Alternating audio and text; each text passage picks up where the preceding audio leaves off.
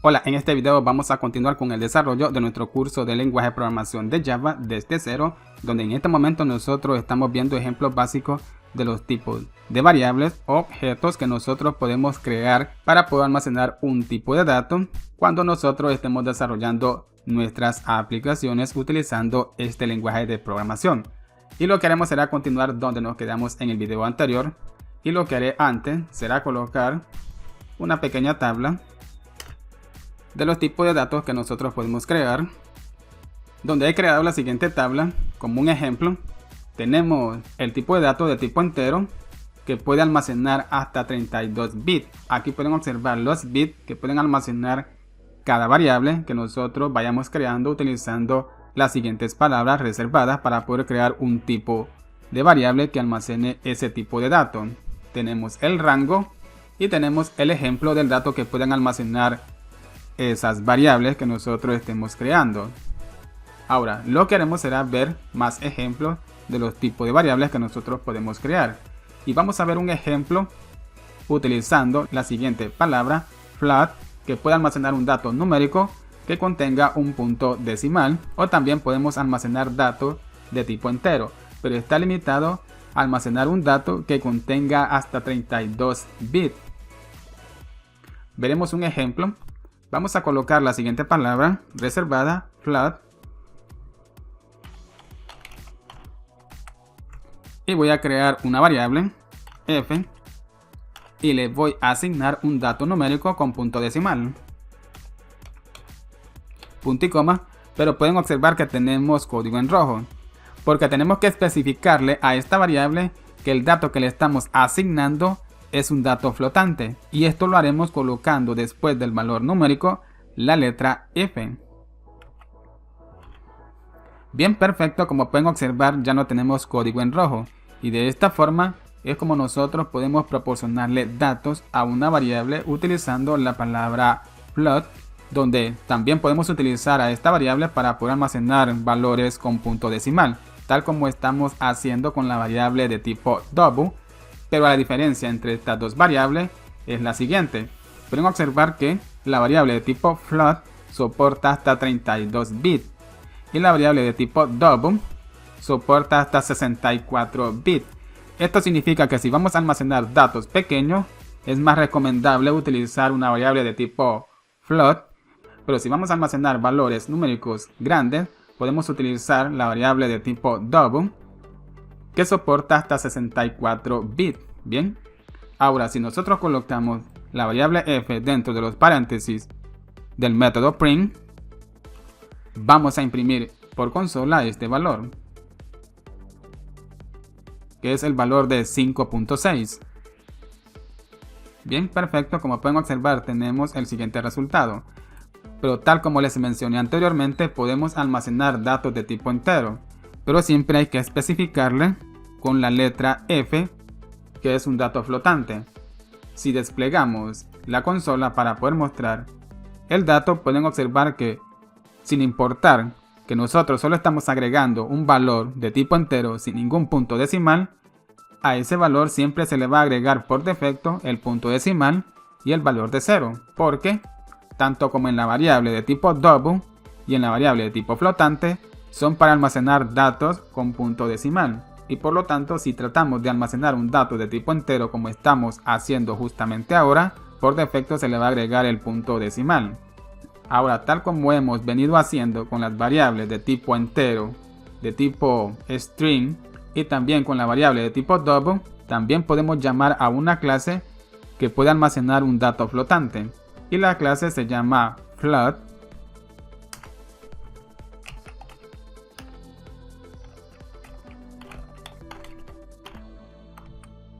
Podemos crear un objeto de esta clase para poder almacenar también un tipo de dato flotante.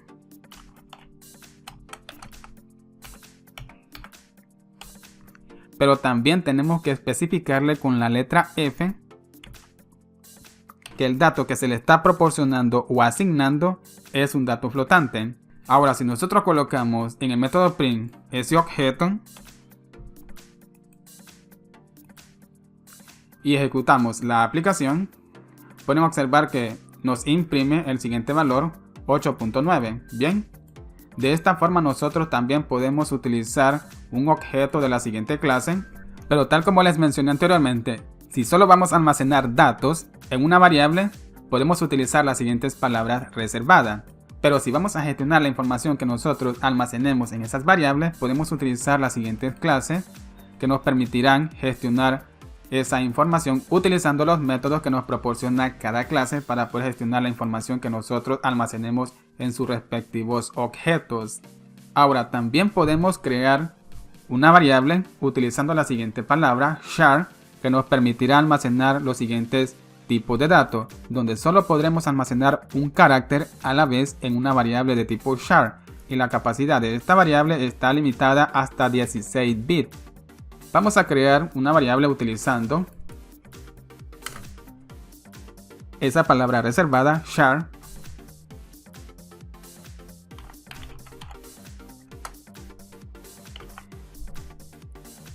y a esta variable la llamaré de la siguiente forma.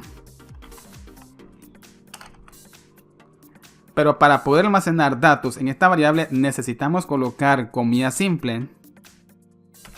Vamos a colocar un carácter, luego punto y coma. Bien, de esta forma nosotros hemos creado una variable de tipo char que va a almacenar solo un carácter a la vez. No podemos almacenar varios caracteres. Si nosotros tratamos de almacenar más caracteres, pueden observar que tenemos código en rojo, tal como se muestra en el siguiente ejemplo que tenemos justamente aquí, donde utilizando la palabra char nosotros podemos almacenar un carácter, bien sea un carácter alfabético o un carácter numérico o un carácter especial, pero solo podemos almacenar un carácter a la vez, y esto significa que a esta variable no podemos asignarle una cadena de texto. ¿Qué pasa si nosotros en vez de comillas simple colocamos comillas dobles? Tenemos un error, porque no podemos almacenar una cadena de texto justamente en esta variable, y si nosotros le proporcionamos comillas dobles, la variable está interpretando que nosotros le estamos asignando una cadena de texto. Por este motivo el error. Solo tenemos que utilizar comillas simple, y de esta forma la variable va a interpretar que le vamos a proporcionar un carácter, y puede ser cualquier carácter que nosotros deseemos. Ahora, si colocamos esa variable en el método print y ejecutamos la aplicación, por consola vamos a imprimir ese carácter. Bien, genial.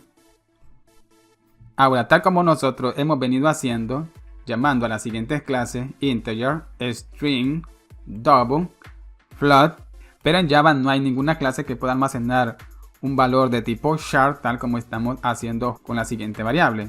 Si nosotros tratamos de llamar a una clase, pueden observar que no tenemos ninguna clase llamada char para poder crear un objeto y que pueda almacenar un valor de tipo char tal como hicimos con la variable que nosotros hemos creado utilizando esa palabra reservada. Esto significa que en Java solo contamos con la siguiente variable para poder almacenar un valor de tipo char, o sea, un carácter alfabético, numérico o un carácter especial. Pero podemos utilizar el objeto que se ha creado utilizando la palabra var para poder almacenar un dato de tipo char. Vamos a colocar comilla simple, y dentro de la comilla simple vamos a colocar cualquier carácter que nosotros deseemos. Pero aquí voy a utilizar un valor numérico. Bien, genial. Esto significa que también utilizando la palabra var podemos crear un objeto que pueda almacenar un valor de tipo char. Pero bien amigos, hasta aquí vamos a dejar este video. En el siguiente video vamos a continuar con el desarrollo de nuestro curso de lenguaje de programación de Java, donde en este momento estamos viendo ejemplos básicos de los tipos de variables que nosotros podemos crear para poder almacenar cualquier tipo de dato que nosotros deseemos o estemos utilizando cuando estemos desarrollando nuestra aplicación utilizando este lenguaje. Espero que este video les haya gustado y nos vemos hasta el siguiente video y que Dios les bendiga.